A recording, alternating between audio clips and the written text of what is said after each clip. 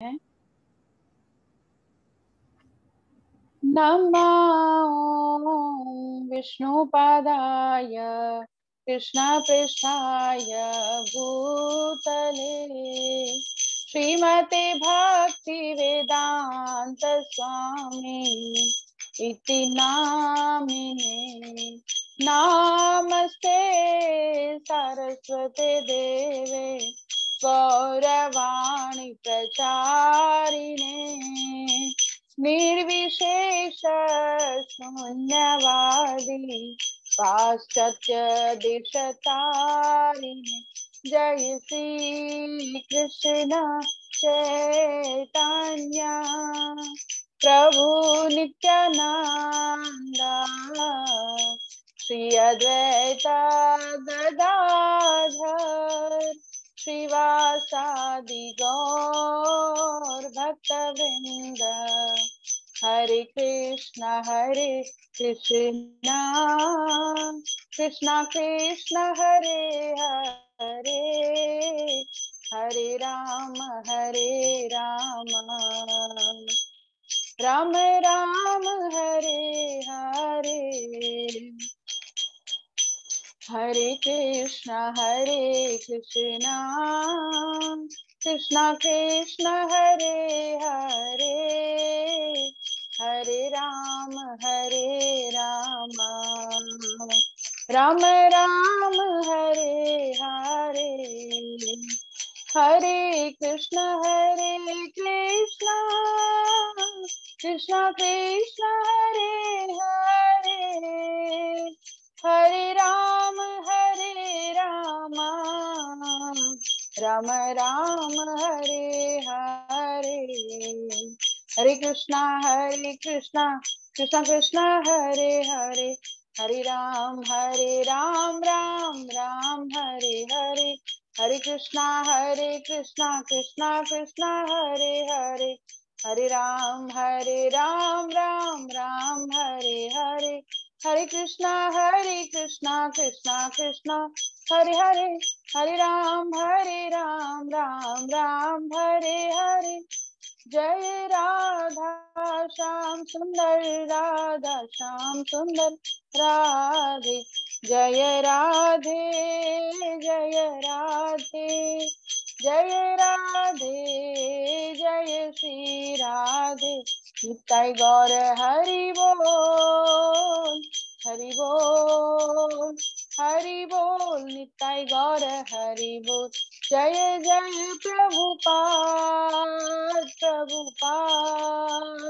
प्रभुपाद जय जय प्रभुपाद।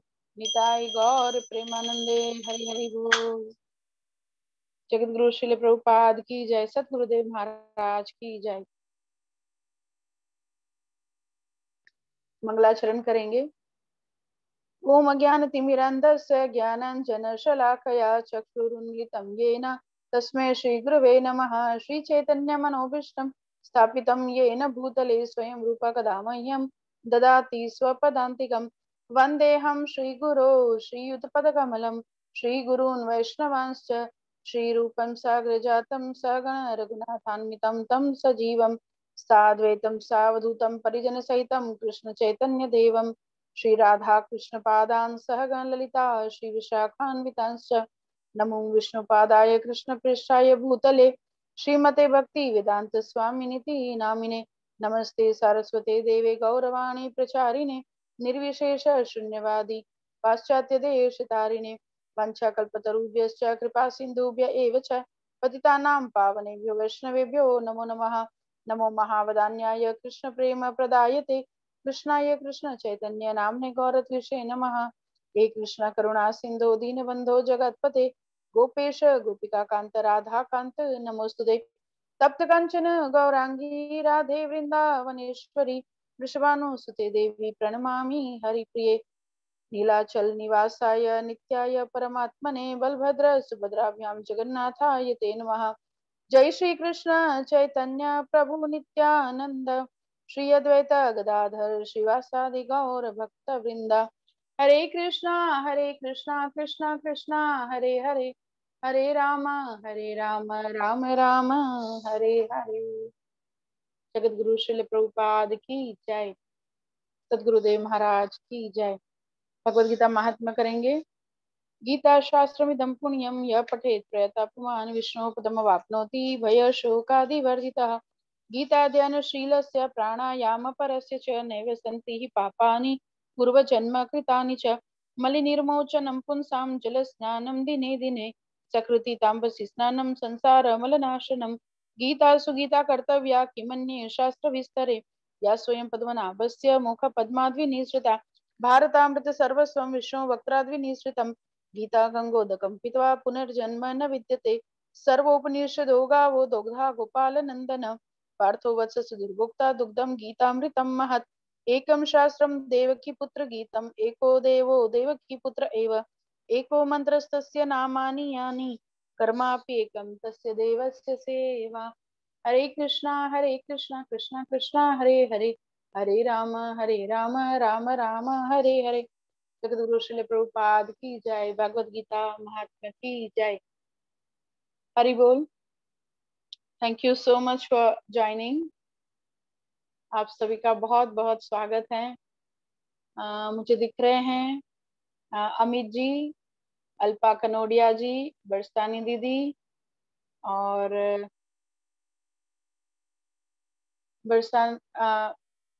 बरसा रानी दीदी, ओके, भावेश पटेल जी, हेमू जी, मोहन जी, प्रीति देवीदासी जी एंड तृप्ति जी।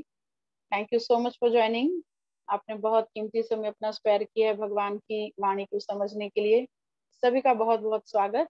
और शुरू करते हैं आज का हमारा सेशन। और क्योंकि बहुत टाइम हो चुका है तो क्विक रिवीजन एक बार ले लेते हैं अभी तक जो हुआ। प्रेम पद्मा प्रिया माता जी, आप क्या कहते हैं? क्विक रिवीजन ले ले फर्स्ट चैप्टर ऑनवर्ड्स। यस माता जी।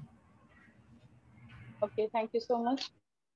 तो सबसे पहले हम ये देखते हैं कि प्रथम 6 चैप्टर्स में क्या है।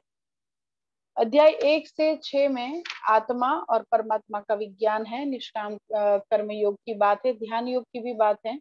और फर्स्ट चैप्टर जो है उसको हम कुछ इस प्रकार से देखेंगे, जो ब्रेकडाउन सिस्टम हम लोग अब तक जान चुके हैं।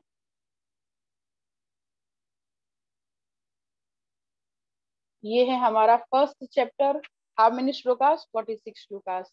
एंड 4 ब्रेकडाउन है इनके, pink, orange, green and blue, sky blue colour में जो दिख रहे हैं।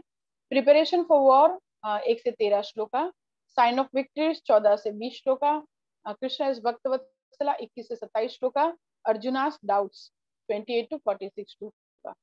तो इसमें जो हमने देखा था 1 से 13 श्लोका जो है वो प्रिपरेशन फॉर वॉर बताते हैं कि युद्ध की तैयारी हो रही है।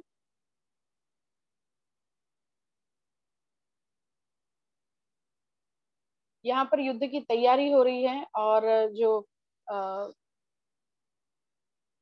दुर्योधन है वो कूटनीतियों का प्रयोग करते हुए सबको अपने लिए लड़ने के लिए प्रोत्साहित करते हैं। ये प्रिपरेशन फॉर वॉर का आपके स्क्रीन पर दिख रहा है। फर्स्ट श्लोका जो है धृतराष्ट्र उवाच। धृतराष्ट्र के हिस्से में एक ही श्लोका। अर्जुन जी ने 85 श्लोका बोले हैं। कृष्ण भगवान ने 574 श्लोका बोले हैं और संजय जी ने 40 श्लोका बोले हैं। इस प्रकार से टोटल 700 श्लोका। और फर्स्ट जो ब्रेकडाउन है 1 से 13 श्लोका का, उसको 3 लाइन में हम इस प्रकार से समझ सकते हैं।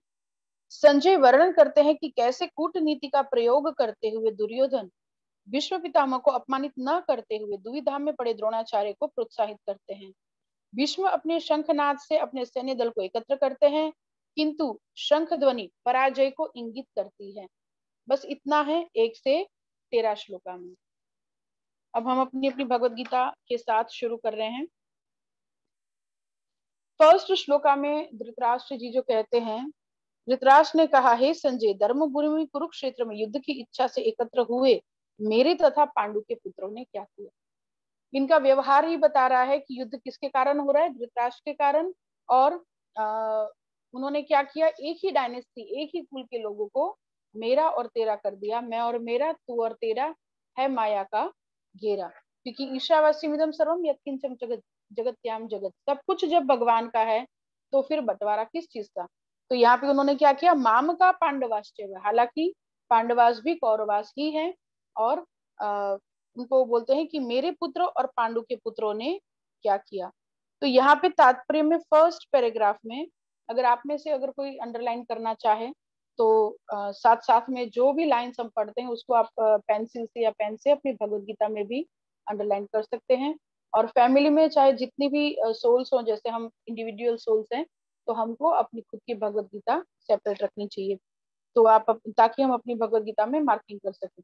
फर्स्ट पैराग्राफ में तात्पर्य में प्रभुपाद कहते हैं कि कैसे हमको स्टडी करनी चाहिए भगवत गीता की, कि श्री कृष्ण के भक्त की सहायता से संवीक्षण करते हुए, यानी कि स्क्रूटिनाइज्ड स्टडी, बहुत डिटेल्ड स्टडी करना चाहिए, बहुत सिस्टमेटिक स्टडी करना चाहिए, और स्वार्थ प्रेरित व्याख्याओं के बिना। ऐसे व्यक्ति से सुने जो अपना कुछ भी अंदर एड ऑन नहीं करे, स्वार्थ प्रेरित कोई भी व्याख्या के बिना जो व्यक्ति एज इट इज, जैसे प्रभुपाद ने एज इट इज लिखी उसी प्रकार से एज इट इज रिप्रेजेंट करे। और अर्जुन ने जिस प्रकार से साक्षात भगवान कृष्ण से गीता सुनी और उसका उपदेश ग्रहण किया, इस प्रकार की स्पष्ट अनुभूति का उदाहरण भगवद गीता में ही है। और भगवद गीता की खास विशेषता जो है वो भी इसी पैराग्राफ में है, कि ना अपितु वो सब चीजें मिलेगी जो अन्य शास्त्रों में है, बल्कि वो भी चीज मिलेगी जो और कहीं पे नहीं है। तो भगवद गीता का ये विशिष्ट मानदंड है।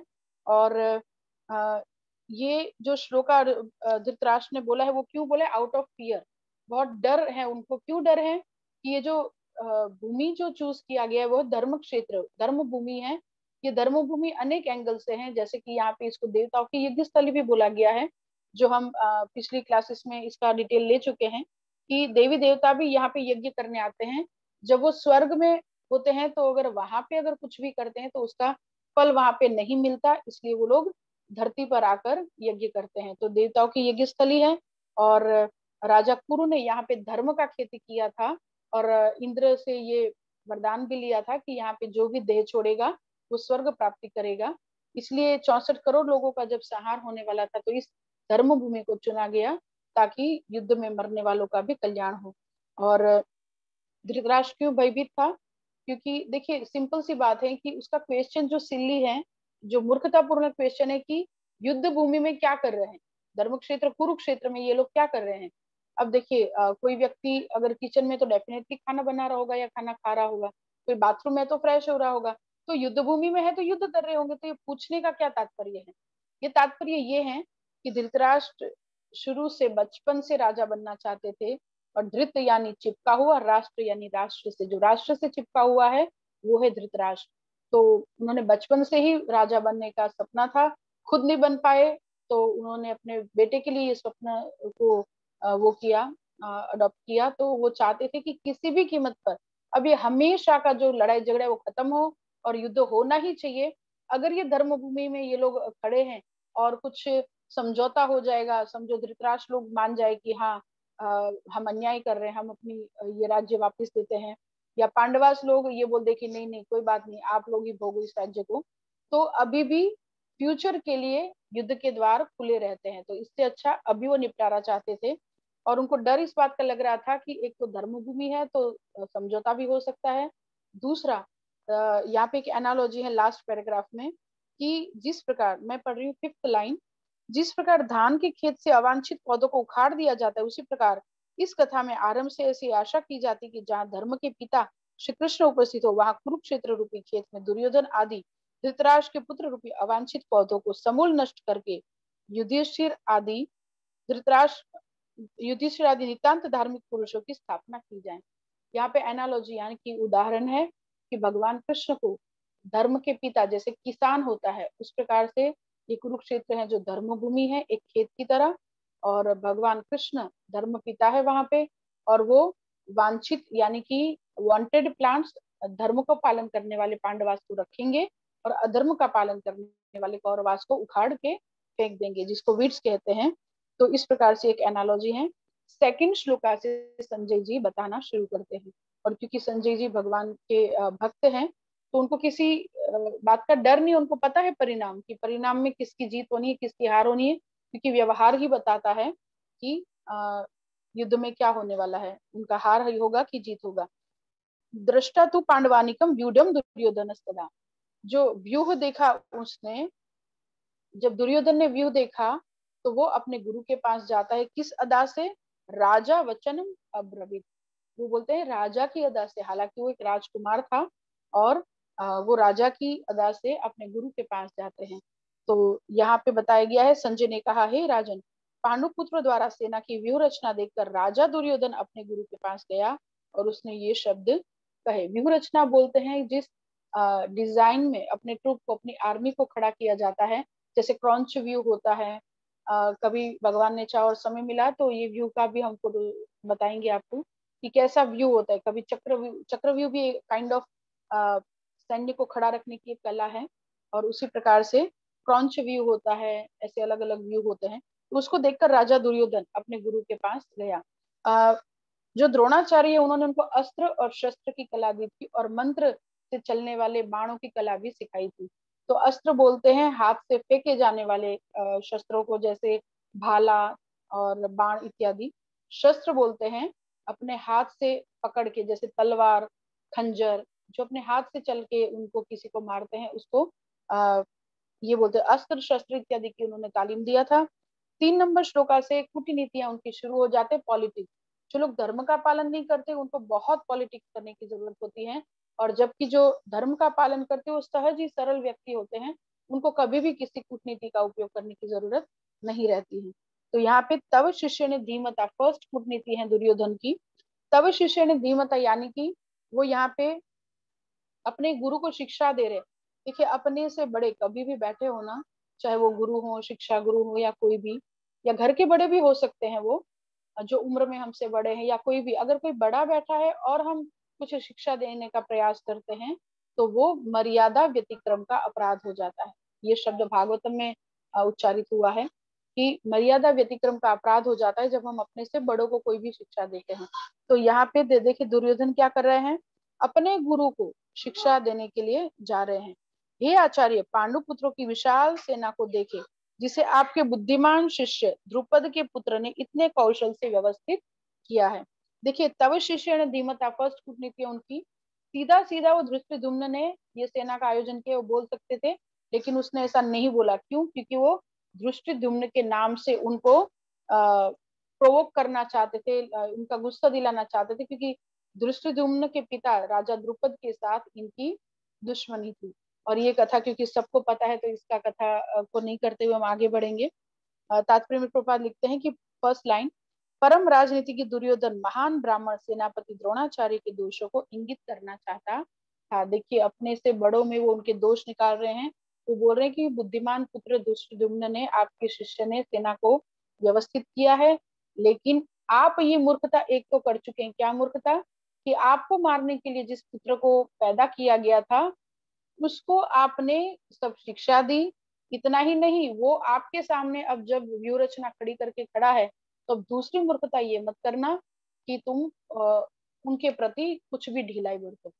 ये राजनीति की झगड़ा सबको पता है कि जब राजा द्रुपद और द्रोणाचार्य जी जब छोटे थे, एक ही गुरुकुल में पढ़ते थे, दोनों की मित्रता थी, और राजा द्रुपद ने उनको बोला था, बच्चे थे जब, फ्रेंड्स थे, तो कि जब मैं राजा बन जाऊंगा आधा राज्य में आपको दूंगा।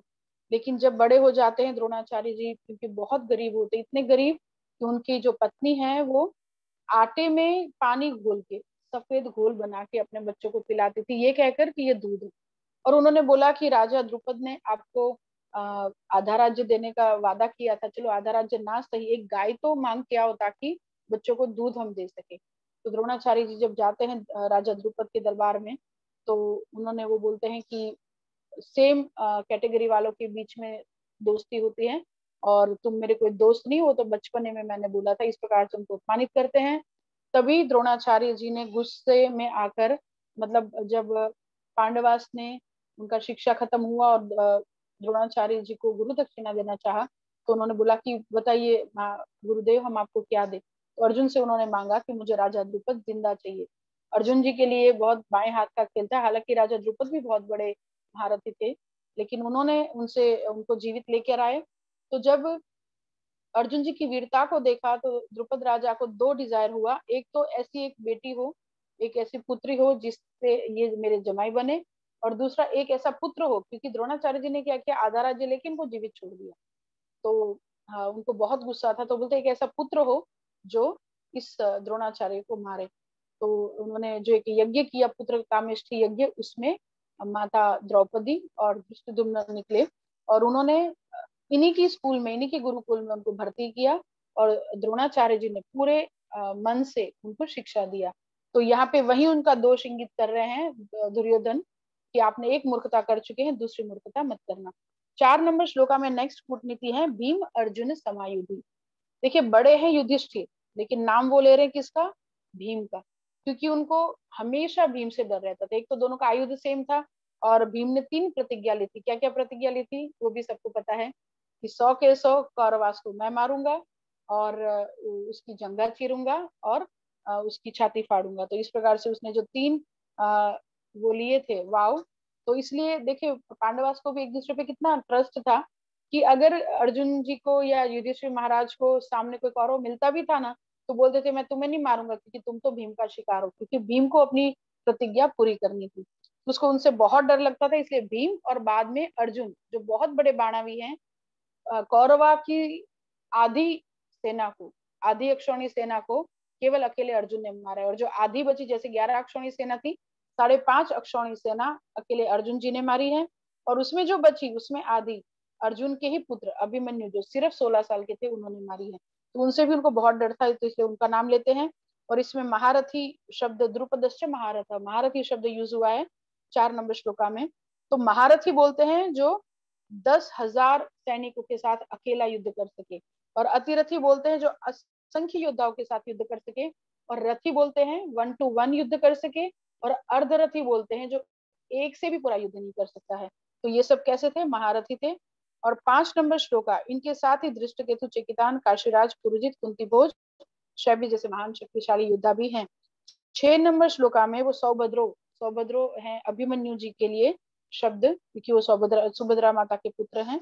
तो 16 साल के अभिमन्यु की बात है। और द्रौपदी द्रौपदी माता के 5 पुत्र, जो 5 पांडवास से हुए थे, युधिष्ठिर से तो उनको प्रतिबिंब थे, भीम से सुतसोम, अर्जुन जी से श्रुतकर्मा, और नकुल से शतानिक, और सहदेव से श्रुतसेन। ये 5 का नाम है। और आगे जाके श्लोक संख्या 7 में वो बोलते हैं कि किंतु हे ब्राह्मण श्रेष्ठ, आपकी सूचना के लिए मैं अपनी सेना के उन नायकों के विषय में बताना चाहूंगा जो मेरी सेना को संचालित करने में विशेष रूप से निपुण है। अब दुर्योधन को लगा, देखिए 1.2 में उसने व्यूह रचना देखी और डर गया, और वो किसके पास जाते, अपने गुरु के पास, और कूटनीतियों का प्रयोग करते हैं। और सेम सिचुएशन अर्जुन जी के साथ भी बनेगी 1.20 में, फर्स्ट अध्याय के 20 नंबर श्लोका में, जब वो कौरव सेना की, युद्ध सेना की रचना को, व्यूह रचना को देखेंगे। लेकिन वो डरते नहीं है, वो अपना गांडी उठाकर युद्ध के लिए तैयार होते हैं। प्रेम प्रिय पद्मा माता जी, फास्ट तो नहीं जा रहा है? हरी बोल। हरे कृष्णा माता जी। माता जी फर्स्ट चैप्टर तो आई थिंक महाभारत से रिलेटेड है, तो वो तो मतलब आई थिंक सभी को पता होगा, तो मेरे हिसाब से ठीक है, पर आप औरों से पूछ लें माता जी, उनका क्या व्यू है। अगर किसी को भी कुछ फास्ट लग रहा है या ऐसा कुछ लग रहा है, तो please you can stop me in between, आप मुझे बीच में रोक सकते हैं। कुछ समझ में नहीं आए तो भी बोल सकते हैं, आपको कुछ ऐड ऑन करना तो भी बोल सकते हैं। Thank you so much. अगर फास्ट लगे तो प्लीज मुझे रोकिएगा। मुझे ये लग रहा है कि ये हम कर चुके हैं, इसलिए थोड़ा फास्ट में आगे बढ़ो। अल्पा माता जी की स्माइल बता रही है कि एवरीथिंग इज ऑल राइट, सब ठीक है, आगे बढ़ो। थैंक यू, आपके आशीर्वाद चाहिए। आप जैसे जब बड़े भी बैठ के सुनते हैं ना अल्पा माता जी, फिर जैसे वो जो प्रभु जी भी हैं अपने, आज वो प्रभु जी नहीं है जो अंकल जी, मैं नाम बोल रही हूँ, नंद नंद प्रभु जी और हरि लीला प्रभु जी, जब बड़े होते हैं ना सामने, तो ऐसे लगता है कि हमारी सेफ्टी के लिए वो बैठे, उनका आशीर्वाद है, सेवा हो पाती है। ओके हाँ माता एनीवे। जी, प्रभु जी है नहीं, माइट भी वो नेक्स्ट वीक आएंगे, क्योंकि हरिलीला प्रभु का मीटिंग है, और नंद कुमार प्रभु जी शायद किसी काम में व्यस्त हैं, शायद उनको किसी काम के लिए बाहर जाना था, तो आज के लिए उन दोनों ने क्षमा याचना करी है कि वो नहीं आ पाएंगे कोई यहाँ पे बात सर। नहीं, कोई बात नहीं, हम उनको मिस कर रहे हैं, हम नेक्स्ट क्लास में ज्वाइन करेंगे।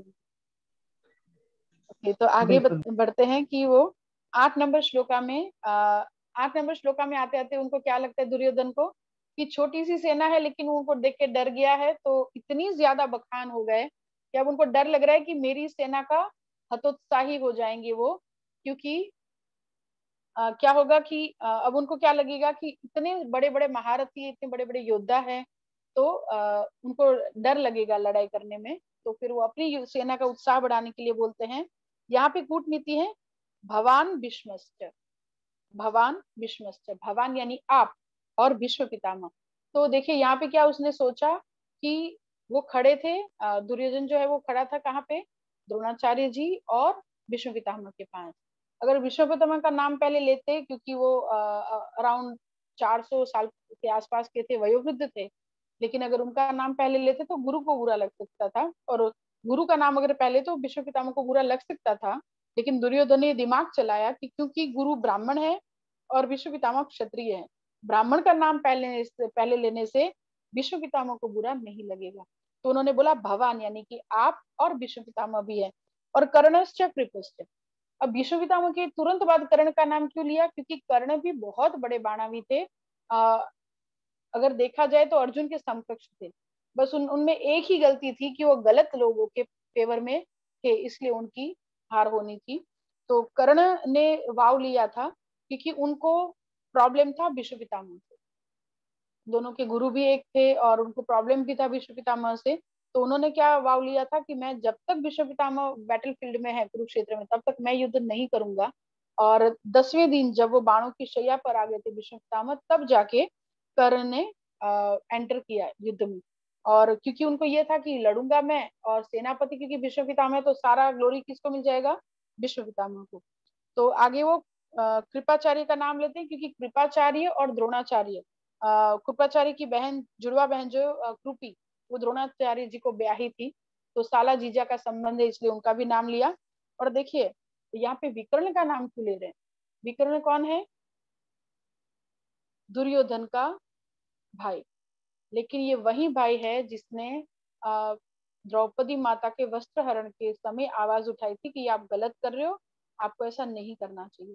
तो अब यहाँ पे वो कोई इतने बड़े योद्धा नहीं थे विकर्ण, लेकिन उन्होंने इसलिए नाम लिया दुर्योधन ने, क्योंकि अगर वो वॉर शुरू होने से पहले हम ट्रूप यानी कि पार्टी चेंज कर सकते हैं, ये एक नियम होता है।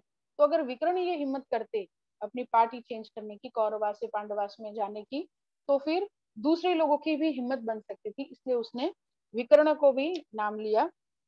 9 नंबर में बोलते हैं कि और अनेक वीर हैं जो जीवन त्याग करने के लिए उद्यत हुए हैं। और 10 नंबर श्लोका में अलग दूसरी कूटनीति है, अपर्याप्तम पर्याप्तम, यानी कि एक तीर दो बाण, एक तीर दो निशाना, यानी कि अपर्याप्तम पर्याप्तम। अपर्याप्तम बोले तो इनसफिशिएंट, यानी कि भीम की सेना भली भांति संरक्षित होने के बावजूद हमसे छोटी है।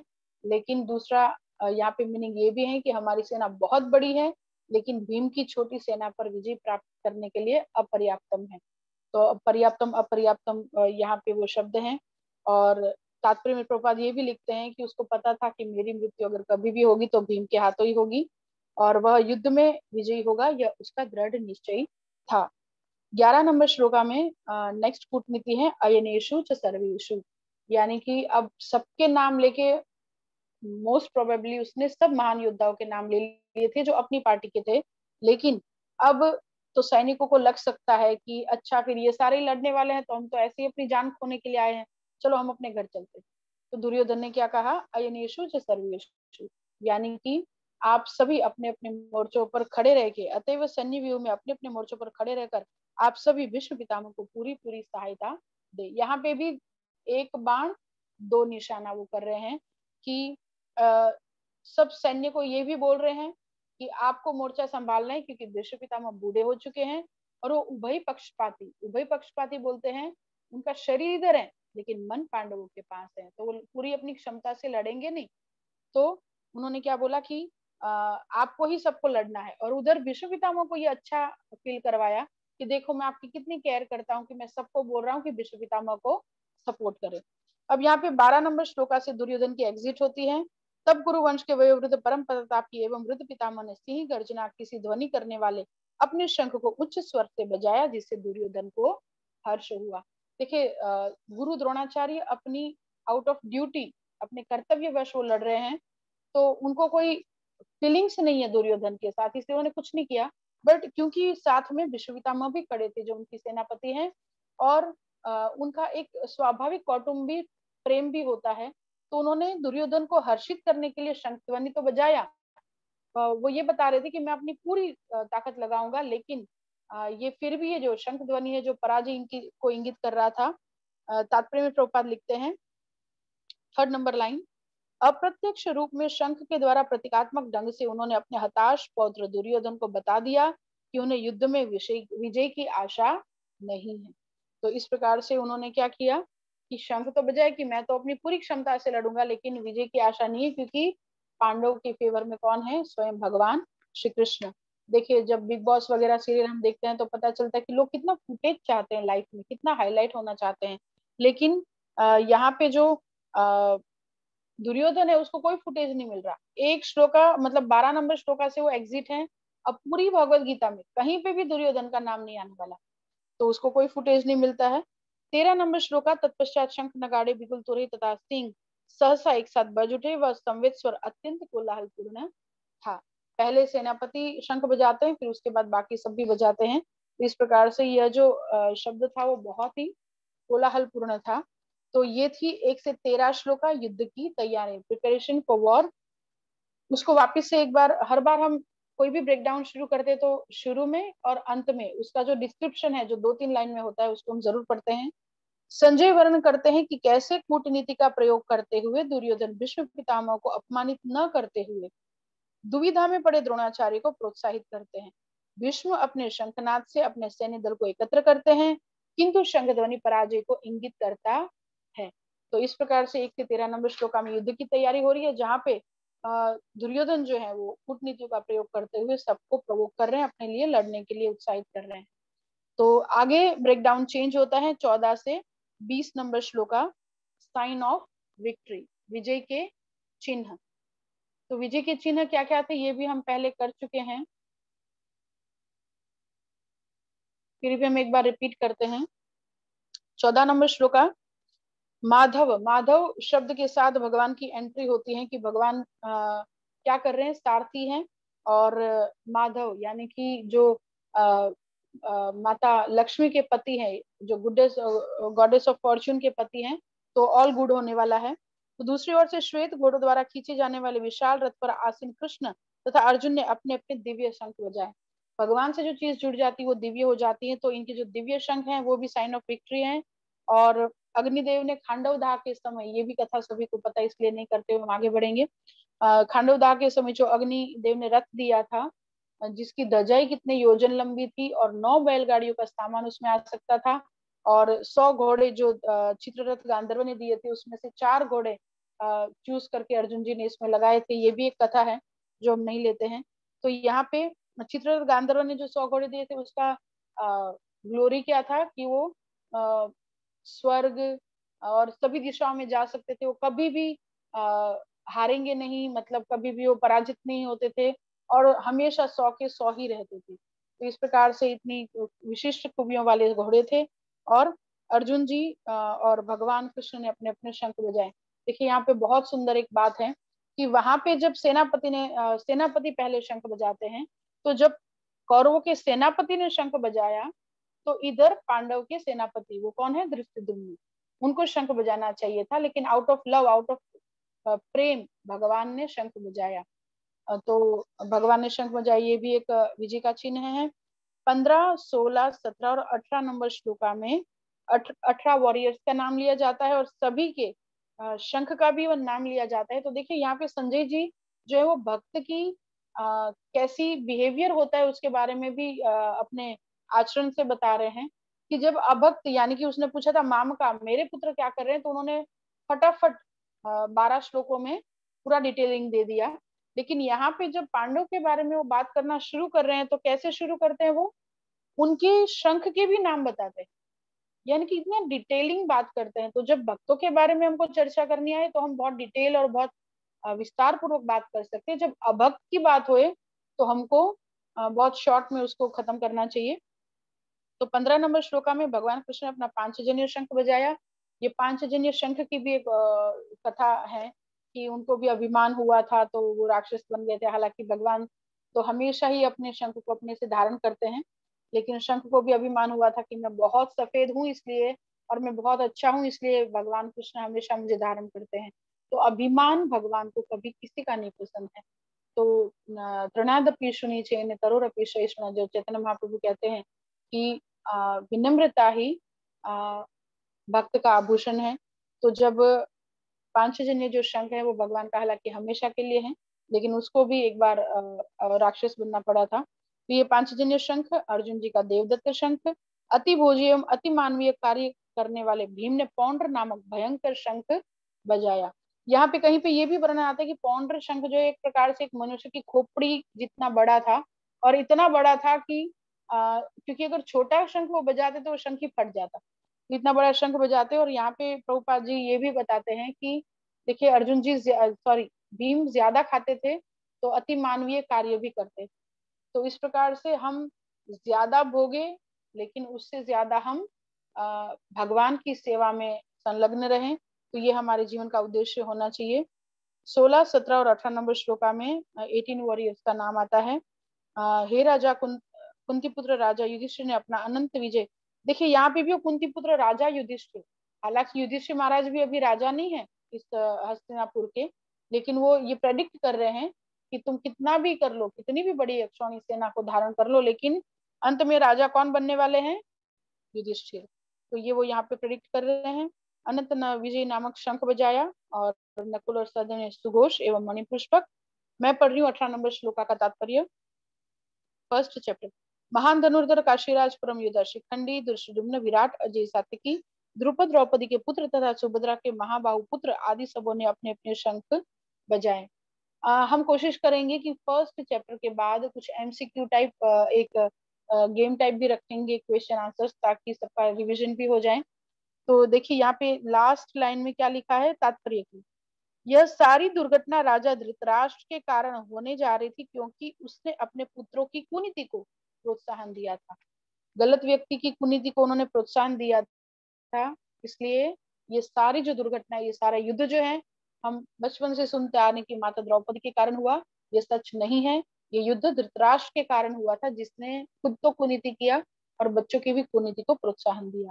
19 नंबर श्लोका में इन विभिन्न शंखों की ध्वनि कोलाहलपूर्ण बन गई जो आकाश तथा पृथ्वी को शब्दायमान करती हुई धृतराष्ट्र के पुत्रों के हृदय को विदीर्ण करने लगी।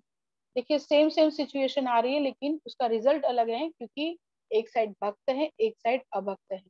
तो जब कौरवास के ओर से शंख बजे तो पांडव को कुछ नहीं हुआ था, लेकिन जब पांडव के शंख बजे तो दुर्योधन लोगों की छाती यानी कि हृदय विदीर्ण होने लग गए। तो ये है कि अगर हम भक्त बनते हैं तो कोई भी सिचुएशन हमको किसी भी स्थिति में विचलित नहीं कर पाएगी। 20 नंबर श्लोका अथ व्यवस्थितान दृष्टा दात राष्ट्र कपिध्वज, यानी कि उस समय हनुमान से अंकित ध्वजा लगे रथ पर आसीन पांडुपुत्र अर्जुन अपना धनुष उठाकर तीर चलाने के लिए उद्यत हुआ। देखिए 1.2 में जब दुर्योधन ने देखा था व्यूह रचना को तो वो डर गया था और अपने गुरु के पास गया था, और यहाँ पे अर्जुन जी ने भी सेम चीज देखा, बल्कि दुर्योधन की जो सेना है वो बहुत विशाल है लेकिन ये डरते नहीं है और अपना तीर चलाने के लिए उद्यत होते हैं। हे राजन, धृतराष्ट्र के पुत्रों को व्यूह में खड़ा देकर अर्जुन ने श्री कृष्ण से ये वचन कहे। तो यहाँ पे जो कपिध्वज का जो कथा है, यहाँ पे दो कथाएं आती हैं कि एक बार रामेश्वरम में अर्जुन जी जो है वो रामेश्वरम का पुल देखने गए थे जो लंका तक जाता है। तो अर्जुन जी को लगा कि भगवान राम को क्या जरूरत थी कि हेल्प लेना पड़ा, और हेल्प भी लिया तो किसका लिया? बंदरों का। बोलते मुझे बोलते मैं तीर से पूरा पुल बना देता।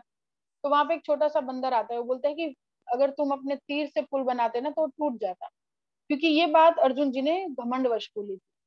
तो उन्होंने बोला कि ये टूट जाता, तो उन्होंने बोला नहीं मैं बनाऊं पुल कभी टूट ही नहीं सकता।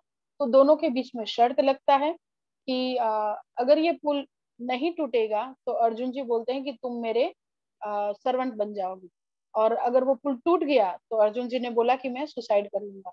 जैसे ही अर्जुन जी ने पुल बनाया, क्योंकि आउट ऑफ घमंड उन्होंने, आउट ऑफ अभिमान उन्होंने बोला था, तो वो पुल टूट गया। और जैसे ही वो फिर अपनी लाइफ देने के लिए, मतलब सुसाइड करने के लिए तैयार हुए, क्योंकि वो अपने वचन के पक्के थे, अपने बात के, तो वहां पे भगवान एक ब्राह्मण का वो वेश लेकर आते हैं और बताते हैं कि क्या हुआ।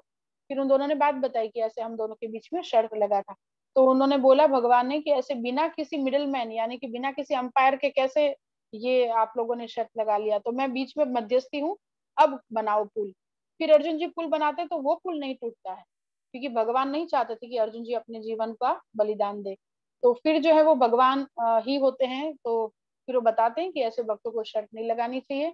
और हनुमान जी जो छोटे बंदर के रूप में आए थे, उनको वो राम भगवान के रूप में दर्शन देते हैं, और अर्जुन जी को वो कृष्ण के रूप में दर्शन देते हैं। तो इस प्रकार से एक ये कथा है। दूसरी एक कथा है कि जब वनवास में थे माता द्रौपदी और 5 पांडव, तो माता द्रौपदी और भीम एक बार थोड़ा घूमने निकले थे, तो अलकनंदा नदी पे कुछ बहुत सारी पेटल्स वाला एक बहुत सुंदर सा कमल तैरता तैरता आया। तो जिस दिशा से तैरता हुआ आया था, तो मदर द्रौपदी बोलते हैं कि भीम, मुझे ये इस टाइप के फ्लावर्स और चाहिए, इस टाइप के कमल। तो उसको लेने जाते हैं। फिर ये कथा भी सबको पता है कि बूढ़े वानर के रूप में हनुमान जी जो है वो रास्ते में बैठे होते हैं, जिनकी पूंछ वो हिला नहीं पाते हैं। तो इस प्रकार से वो, क्योंकि दोनों ही वायु पुत्र हैं, भीम और हनुमान जी, तो दोनों ही भाई भाई हैं।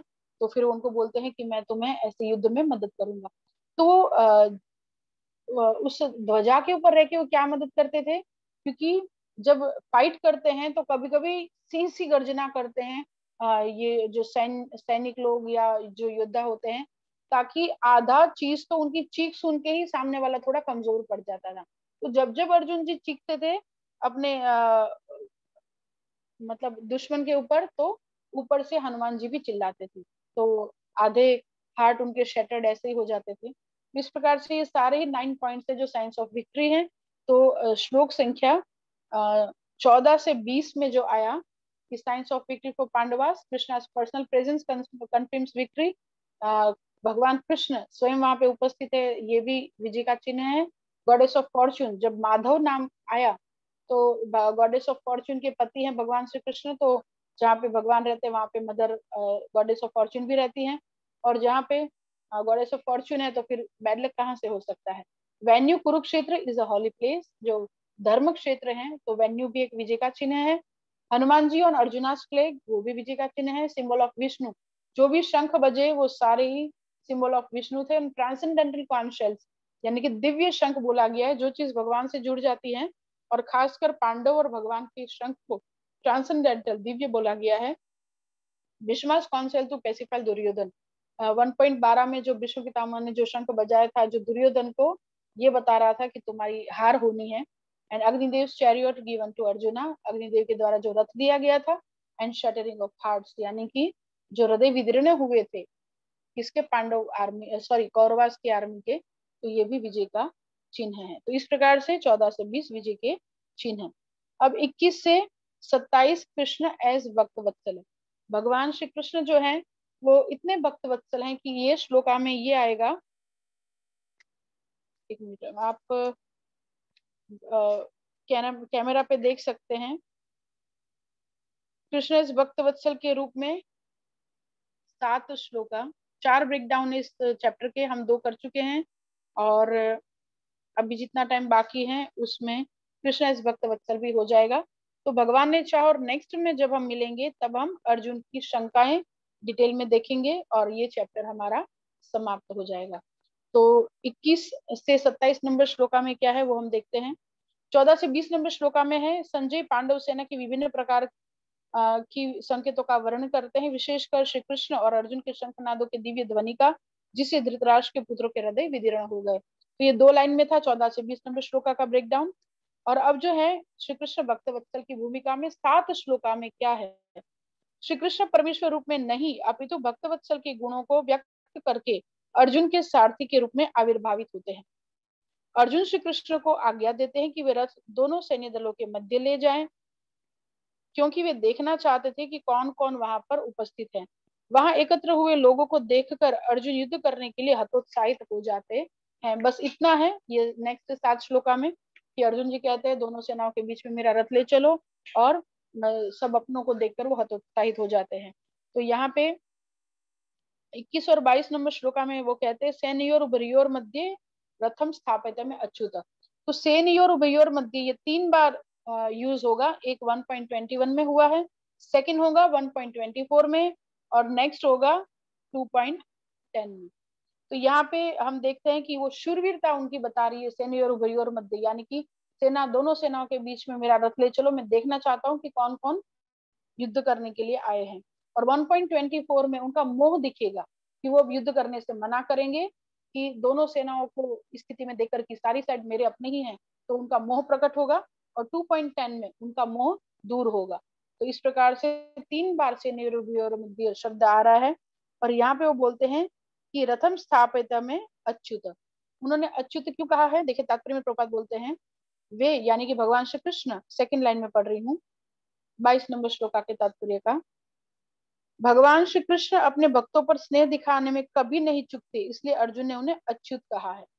और देखिए माधव के रूप में भगवान का एंट्री तो बोल दिया 14 नंबर श्लोका में कि माधव यानी कि भगवान श्री कृष्ण भी उधर हैं, लेकिन अब जो है उन्होंने ये तो बोल दिया कि भगवान श्री कृष्ण, लेकिन कर क्या रहे हैं, तो वो उनके सारथी हैं। तो सारथी के रूप में यहाँ पे उनके लिए अच्युत शब्द यूज हुआ है। वो ये कि भगवान चाहे कितना भी छोटी सेवा क्यों नहीं कर ले अपने भक्त की, वो कभी भी अपने भगवत्ता के पद से च्युत नहीं होते हैं। और दूसरा, वो कभी भी अपने भक्तों को की सेवा करने से नहीं चूकते हैं। यानी कि भक्त तो उनकी सेवा करते ही करते हैं, लेकिन वो हमेशा वेट करते हैं कि मैं कब अपने भक्तों की सेवा कर सकूं। एक बहुत सुंदर कथा है भक्तमाल में, एक बाबा जी की, जो बरसाना में या वृंदावन के आसपास कहीं पे गांव में रहते हैं, और वो सुपरमैन की तरह पूरा वो जो है कर्टेन की तरह ओढ़ के रखते थे, बहुत बड़ा ब्लैंकेट। किसी ने बोला कि आप ऐसे कैसे घूमते हो पूरे गांव में, तो बोलते ये देखो ना, पीछे पीछे चलता है तो मेरा पीछा नहीं छोड़ता है, तो मेरे पैरों से जो चरण रज उड़ती है वो उसके सिर पे जाती है। वो किसकी बात कर रहे थे, भगवान की।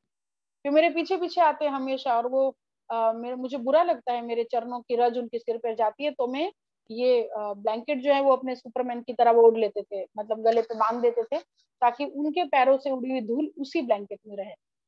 तो फिर भगवान को पूछा कि आप क्यों इनके पीछे पीछे चल रहे हैं। तो उन्होंने बोला कि देखो, पहली बात तो ये मेरा भक्त है, कभी भी तकलीफ में आएगा मुझसे कुछ मांगेगा नहीं।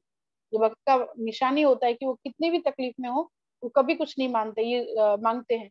ये स्थित प्रज्ञ के लक्षण आएंगे सेकंड चैप्टर के लास्ट में। तो बोलते हैं कि ये तो मुझसे कुछ नहीं मांगेगा, लेकिन मैं इसके पीछे पीछे चलता हूँ, ताकि ये कभी भी किसी तकलीफ में आए तो मैं इसको बचाव करूँ। तो बोलते हैं जब आप साथ में रहना चाहते हैं तो बाजू में चलिए ना, पीछे चलते उनको अच्छा नहीं लगता, उनके चरण की धूली आपके सिर पे आती है। बोलते उसकी चरण की धूली तो मुझे अच्छी लगती है अपने सिर पे, इसलिए मैं पीछे पीछे चलता हूँ। तो इस प्रकार से भगवान को अच्छा लगता है अपने भक्तों का भक्त बनना। तो अब देखिए हम कितने भी दयालु हों, लेकिन अगर हमारी काम वाली बीमार होगी तो कोई, हम कभी भी उसके घर पे जाके झाड़ू पोछा नहीं करने वाले। लेकिन भगवान देखिए अपने भक्तों का सारथी बन जाते हैं। सारथी बनना कोई आसान नहीं है। इतना युद्ध चल रहा है, इतना फ्रैक्शन ऑफ सेकंड में बाण चल रहे हैं, बोलने की टाइम नहीं है। अर्जुन जी पैर मारते थे कि राइट साइड पैर मारा तो राइट साइड रथ को ले चलो, लेफ्ट साइड पैर मारा तो लेफ्ट साइड ले चलो। और उतना ही नहीं, पूरे रथ को साफ करना, घोड़ों को पानी देना। कभी कभी तो युद्ध के बीच में अर्जुन जी बोलते थे कि हे केशव, घोड़े थक गए होंगे। तो वो क्या करते थे, बाणों की उससे पूरी बाउंड्री बनाते थे, और बीच में भगवान श्री कृष्ण घोड़ों को छोड़ के उनको सफाई करते थे, उनको दाना पानी खिलाते थे। फिर जब घोड़े फ्रेश हो जाते थे तो फिर वापस से वो लोग युद्ध में लगते थे। इतनी छोटी छोटी सेवाएं भगवान श्री कृष्ण करते थे, और वो कभी भी नहीं चुकते। हम पूरे शास्त्र उठा के देख ले, किसी न किसी का, किसी न किसी देवी देवता के भक्त का फॉल डाउन देखा है। जैसे भस्मासुर शिव के भक्त थे, रावण भी भगवान शिव के भक्त थे, लेकिन उनका फॉल डाउन हुआ। माता दुर्गा के या भगवान गणेश जी के भक्तों का भी फॉल डाउन हो सकता है, लेकिन भगवान श्री कृष्ण के किसी भी भक्त का किसी भी परिस्थिति में कभी भी अहित या फॉल डाउन नहीं होता है। तो भगवान ना खुद च्युत है, ना यानी कि ना खुद फॉल डाउन उनका होता है, ना वो और किसी का होने देते हैं। तो इसमें लिखा है, तो तात्पर्य में प्रभुपाद ने 8वीं या 10वीं लाइन हो सकती है, सेवक स्वामी की सेवा करने के लिए सदैव उद्यत रहता है, और भगवान भी भक्त की कुछ न कुछ सेवा करने की कोशिश में रहते हैं। वे इसमें विशेष आनंद का अनुभव करते हैं। कि वे स्वयं आज्ञादाता न बने अपितु उनके शुद्ध भक्त उन्हें आज्ञा दे। उसी प्रकार वो आज्ञा देते हैं। और देखिए शांति प्रयासों का तो कोई प्रश्न नहीं उठता था, वो तो सिर्फ देखना चाहते थे। अर्जुन जी नेक्स्ट पैराग्राफ में है, भगवान का शुद्ध भक्त होने के कारण अर्जुन को अपने बंधु बांधवों से युद्ध करने की तनिक भी इच्छा न थी। मैं पढ़ रही हूँ 22 नंबर श्लोक का तात्पर्य, सेकंड पैराग्राफ। किंतु दुर्योधन द्वारा शांतिपूर्ण समझौता न करके हठ धर्मिता पर उतारू होने के कारण उसे युद्ध भूमि में आना पड़ा। अतः वह यह जानने के लिए अत्यंत उत्सुक था कि युद्ध भूमि में कौन कौन से अग्रणी व्यक्ति उपस्थित हैं। यद्यपि युद्ध भूमि में शांति प्रयासों का कोई प्रश्न नहीं उठता, तो भी वह उन्हें फिर से देखना चाह रहा था, और यह देखना चाह रहा था कि वे इस अवांछित युद्ध पर किस हद तक तुले हुए हैं। 23 नंबर श्लोका में वो बोलते हैं कि मुझे उन लोगों को देखने दीजिए जो यहाँ पर धृतराष्ट्र के दुर्बुद्धि पुत्र दुर्योधन को प्रसन्न करने की इच्छा से लड़ने के लिए आए हैं। तो इसमें लिखते हैं तात्पर्य में प्रभुपाद, यह तो जिन समस्त लोगों ने दुर्योधन का पक्ष ग्रहण किया था वे उसी के समान धर्मा रहे होंगे, क्योंकि सेम माइंड वाले लोगों की ही पटती है। चोर चोर की पटती है, सेठ सेठ की पटती है, उसी प्रकार सेम माइंड वाले लोग ही साथ में रह सकते हैं। और यहाँ पे बहुत अच्छी बात है कि जब मित्र किसको बोलते हैं, जो लोक और परलोक को भी सुधार सके। अब जैसे जो लोग धृतराष्ट्र के मित्र रहे होंगे तो वो उनको सही सलाह भी तो दे सकते थे। तो जीवन में कभी भी हमको किसी की सलाह लेनी पड़े या किसी को सलाह देनी पड़े तो ब्रॉड माइंड से चलना चाहिए, क्योंकि अगर हमारे साथ रहकर किसी का बुरा होता है तो उसका भी भुगतान हमको पाप कर्म के रूप में करना पड़ता है। तो अर्जुन युद्ध प्रारंभ उनके समक्ष समझौता का प्रस्ताव रखने की कोई योजना नहीं थी। युद्ध प्रारंभ होने के पूर्व यह तो जान ही लेना चाहता था कि कौन कौन से लोग आए हुए हैं, और समझौता प्रस्ताव रखने की उसकी कोई आशा नहीं थी। संजय उवाच 24 नंबर श्लोका, एवं मुक्तो ऋषिकेशो गुडाकेशेन भारत सेनयोरुभयोर्मध्ये रथ स्थापित्वा रथोत्तमम्, सेनयोरुभयोर्मध्ये स्थापयित्वा रथोत्तमम्। यानी कि उन्होंने क्या किया, संजय ने कहा, हे भरतवंशी, अर्जुन द्वारा इस प्रकार संबोधित किए जाने पर भगवान कृष्ण ने दोनों दलों के बीच में उस उत्तम रथ को लाकर खड़ा कर दिया। तात्पर्य में प्रभुपाद लिखते गुडाकेश का अर्थ, अर्जुन को गुडाकेश यहाँ पे कहा गया है क्योंकि उन्होंने नींद और अज्ञान पर विजय प्राप्त कर ली थी। और 25 नंबर श्लोका, भीष्म द्रोण तथा विश्व भर के अन्य समस्त राजाओं के सामने भगवान ने कहा कि हे पार्थ, यहाँ एकत्र सारे कुरुओं को देखो। देखिए पहली बात अर्जुन जी ने बोला था दोनों सेनाओं के बीच में रथ को ले जाओ, ये नहीं बोला था कि मेरे गुरु और विश्व पितामह के पास ले चलो, उनके सामने रख दो। लेकिन उन्होंने वहां पे सामने ला के रखा, खड़ा कर दिया, ताकि वो फील कर सके कि जिनके सामने मैं कभी बोल के भी बुरा नहीं लड़ा हूं, तो मैं उनके पीछे में कैसे हथियार कैसे उठाऊंगा। तो इसलिए उन्होंने वहां पे खड़ा रखा। और क्या बोला, कुरुओं को देखो। ये भी तो बोल सकते थे कि दुर्योधन को देखो, क्योंकि दुर्योधन को देखो बोलते तो उनको क्रोध आता। तो उनको करुणा, क्योंकि भगवान को लानी है, करुणा इसलिए लानी है क्योंकि अर्जुन जी के माध्यम से भगवान भगवत गीता बोल सके। तो उन्होंने क्या बोला, कुरुओं को देखो। 26 नंबर श्लोका, अर्जुन ने वहां पर दोनों पक्षों की सेनाओं के मध्य में अपने चाचा, ताऊ, पितामह, गुरुओं, मामाओं, भाइयों, पुत्रों, पौत्रों, मित्रों, ससुरों, शुभ चिंतकों को भी देखा। तो अर्जुन जी ने, ये सब तो पहले से खड़े थे, लेकिन अब क्यों देखा, क्योंकि भगवान ने पूरा फिंगर बता के पॉइंट आउट करके बोला कि इन सब गुरुओं को देखो। और जो वो दिखाना चाहते हैं वहीं अर्जुन जी देख रहे हैं, कि वहां पे उन्होंने सारे अपने ही लोगों को खड़े हुए देखा। और 27 नंबर श्लोका जो आज का हमारा लास्ट श्लोका है, जब कुंती पुत्र अर्जुन ने मित्रों तथा संबंधियों की इन विभिन्न श्रेणियों को देखा तो वह करुणा से अभिभूत हो गया और इस प्रकार बोला। वो क्या बोलते हैं वो नेक्स्ट क्लास में होगा। तो 27 नंबर श्लोका में आप एक शब्द देख सकते हैं श्लोका में, कृपया पर्याविष्टो। कृपया पर्याविष्टो यानी कि बाहर से करुणा आई। अभी इस बात को लेकर अर्जुन जी ने कुछ नहीं सोचा था कि मैं कैसे लड़ूंगा या मुझे क्या प्रॉब्लम है, ये उन्होंने अब करुणा आई। क्यों, कहाँ से आई, भगवान की प्रेरणा से आई, ताकि वो भगवत गीता बोल सके। तो वो अब जो बोलने वाले हैं 28 से लेके 46 श्लोका, जो हमारा लास्ट ब्रेकडाउन होगा अर्जुन जी की शंकाएं कि वो क्यों युद्ध नहीं करना चाहते हैं। तो आज हमने देखा कि 21 से 27 नंबर श्लोका, वापिस से वो जो 4 लाइन में हमने पढ़ा था कि क्या था ये 7 श्लोकों में।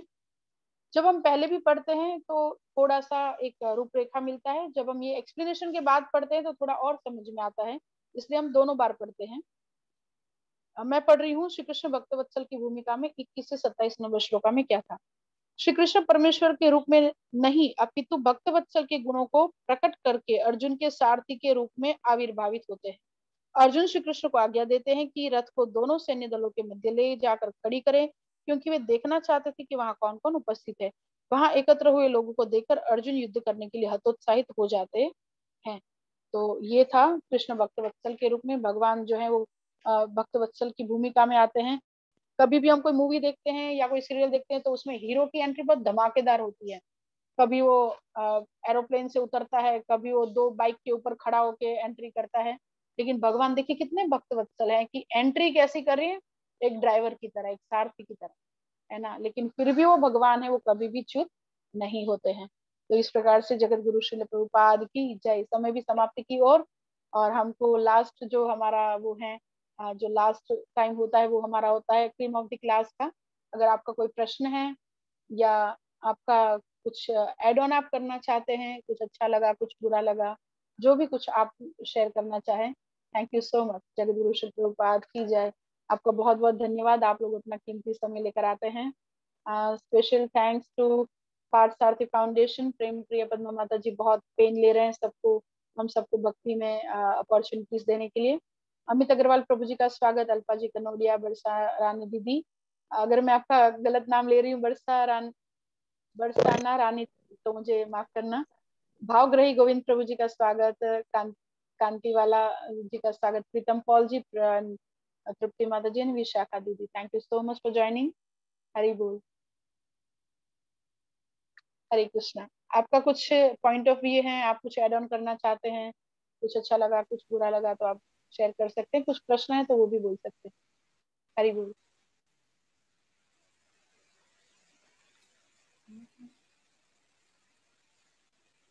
कोई कुछ बोल रहे और म्यूट है तो आप अनम्यूट करके बोल सकते हैं। हरे कृष्णा माता जी, you hear me? Yes, yes. हाँ जी माता जी। Can you explain about that Panchajanya Shankha? How Krishna is holding all the time that Shankha with him? Yes, actually भगवान के सब जितने भी आयुध है वो हमेशा से उनके पार्षद रहे हैं, उनके ही कंपेनियंस रहे हैं। लेकिन अगर कभी भी किसी को अभिमान हो जाता है, जैसे गोपियों को रासलीला में अभिमान होता है कि कृष्ण इज विथ मी, तो भगवान अदृश्य हो जाते हैं। उसी प्रकार पांचजन्य शंख को भी एक बारी अभिमान हुआ था कि देखो मैं शायद बहुत अच्छा हूँ, इसलिए भगवान मुझे धारण करते हैं, किसी और शंख को क्यों नहीं धारण करते हैं। तो उसी समय भगवान ने उनका त्याग कर दिया और उनको राक्षस की योनि मिलती है। और जब भगवान के गुरु जो है उनके पुत्रों को कोई ले गया होता है, मैं शायद नाम भूल रही हूँ, लेकिन उन्होंने बोला गुरु दक्षिणा में कि मुझे मेरे पुत्र वापस दो। तो वो जाते हैं और इस पांचजन्य राक्षस को फाड़ देते हैं, जैसे वो शेल वाला कीड़ा होता है ना समंदर में। तो ऐसे ये शंख के अंदर के उसको मार के फिर उन्होंने देखा कि इसमें तो गुरु के वो है नहीं पुत्र। तो फिर वो जो शंख बचा उनको उन्होंने वापस से धारण किया, क्योंकि उनका जो उनको जो उन्होंने उनका त्याग कर रखा था वो समय पूरा हुआ था। तो भगवान ने उनको वापस से धारण किया। और फिर जो है उनके गुरु के पुत्र कहीं और थे, वो मैं शायद भूल रही हूँ कहाँ पे थे, लेकिन वो कहीं और थे, वहां से वो लेकर आते थे। तो ये कुछ कथा है कि उस शंख को राक्षस योनि मिलती है, फिर उससे उद्धार भगवान ही करते हैं और भगवान उसको वापस से धारण करते हैं। हरे कृष्ण जी। कांति वाला जी हैंड रेस कर रहे हैं जी माता जी। Wonderful. नमस्ते, जय श्री कृष्ण माता जी। जय श्री कृष्ण धनुषना जी। Actually, I'm Hemu. It's under my Okay, my Hemu husband's Mata. name, Kanti. Okay. I have a question for you. You were showing the picture. I took a picture of it, of the signs of victory of G Panda. Now, I didn't see the ninth one. What is the ninth one? Okay, देखते हैं जी। Ninth one, shattering of hearts. Conch shells of Pandava shattered Kaurava's heart, and Pandava's heart not shattered because of confidence in Krishna. You can take a screenshot, Mataji. Yeah, but on my computer, it only goes up to 8. I already took the screenshot, but the ninth one is not coming up. That's why. Okay. Now, is it visible to you? No, it's still not visible to me. It is visible to us. So maybe your computer is not set Zoom properly, but it is visible. All the 9 points are Okay, so visible to Bhavgai us. Prabhuji, can you okay. please take Okay, screenshot? I'll take a screenshot and I'll share it in the chat box, or I'll share it in the chat box. Okay, yes, thank you. Oh, this is so beautiful, Mataji. It's so nice to know about all these symbols and everything. It's really very, very interesting, but I'm not all into this. So for me, you go a little fast. So I'm I really have sorry. to. That's No, why I no, told that's you, okay. I'm please just, stop in between if I'm going fast. yeah, I'll try, but I'll be disturbing you all the time. So that's okay. We Okay, have I'm this here on, to serve you, Mataji. we have this on YouTube, Mataji. No, this is not No. there in YouTube, but we'll again, जैसे ये पहले भी हो चुका था, but हमने आज वापस से एक रिवीजन लिया है क्योंकि थोड़ा लंबा गैप हो गया. जैसे भावगई प्रभु जी भी थे, तो प्रभु जी आपको लगा थोड़ा सा रिवाइज हुआ? प्रभु जी माता जी मुझे तो लगा रिवाइज हुआ, पर सिर्फ एक ही शिकायत है. अगर आप बोले तो मैं बताऊं. बिल्कुल बिल्कुल जी माता जी गैप मत रखिए. गैप होने से क्या है, हम लोग बद्ध जीव है, तो फिर गैप में हम लोग फिर चला जाता है. तो इसे आप एक जैसे है ना, गुरु महाराज ने कहा 16 राउंड कंपलसरी और 4 रेगुलेटिव प्रिंसिपल. तो आप ये 5वां प्रिंसिपल ऐड कर दीजिएगा. वीक में एक बार मिनिमम आप गीता का क्लास करेंगे ही करेंगे, पार्ट 7. हरि बोल. थैंक यू सो मच प्रभु जी फॉर योर काइंड ब्लेसिंग्स.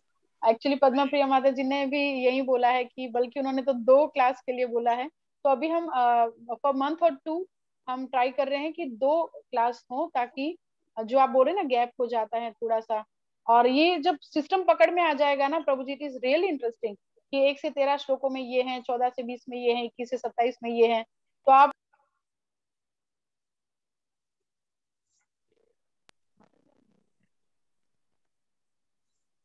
तो ये 4 ब्रेकडाउन में पूरा वो हरि बोल. आवाज आ रही है प्रभु जी? माता जी यस माता जी. ओके, तो 4 ब्रेकडाउन में पूरा चैप्टर है, तो क्वाइट इंटरेस्टिंग. मतलब आप बच्चों को भी सिखा सकते हैं. जी प्रभु जी, हम जरूर कोशिश करेंगे रेगुलर रहने की.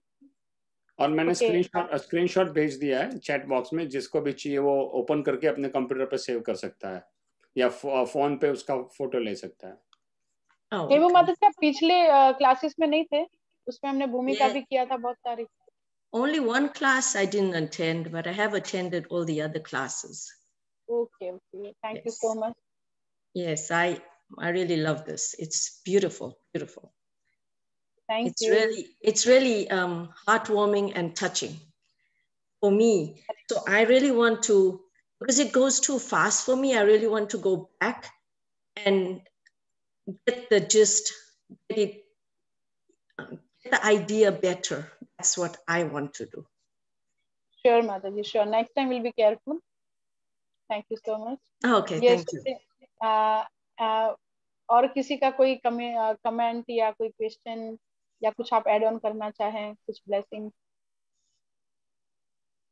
Okay, so for now, 1 hour. I'm thinking, Hare Krishna Mataji, I'm thinking like after this class, whichever words you quote, we all should read, everybody should read after the class those quoted words, which Mataji quote this for the 9 points for the victory, So all these quoted words we should read the purpose, by Prabhupada, written by Prabhupada, so then we can understand better. And yeah, that's what I want to say. Sure, Mataji. Nice suggestion. Please keep on giving your suggestions. Thank you. Hare Krishna. Hare Krishna, Mataji. Amit here. Mataji, आवाज नहीं आ रही है प्रभु जी. हरि बोल. माताजी अभी आ रही है आवाज? जी अभी आई. हाँ माताजी, मैं ये कह रहा था कि जो ब्रेकडाउन आपने किया हुआ है और जो ब्रेकडाउन से आप बता रहे हैं उससे बहुत इजी है एक तो भगवत गीता को समझना. मतलब मैं नहीं कहता कि समझ जाएंगे, बट हाँ तो कोशिश कर सकते हैं कि it is bit easy to go with like this kind of like division of the present division of the verses, but it is really very good. And second thing I agree with Bhavesh प्रभु, भावग्री प्रभु, that you should take the class more frequently. Because अभी आज भी हुआ कि हम लोग पुराना रिवीजन कर रहे हैं, बट मतलब श्रीमद् भागवत गीता ऐसी है कि जितनी बार सुनते हैं उतनी बार ही नया लगता है। बट स्टिल ये है कि हाँ, पुराना जब हम लोग वही रिवीजन कर रहे थे तो मजा बहुत आया, बट ये है कि हाँ फ्रीक्वेंटली होगा तो हमें रिवीजन की जरूरत नहीं पड़ेगी एटलीस्ट। हरी बोल, थैंक यू सो मच प्रभु जी, श्योर हम इस बात को जरूर ध्यान में रखेंगे। थैंक यू सो मच प्रभु जी। ओके, तो प्रेम प्रिय पद्मा माता जी, I think time is also over, we should log out now.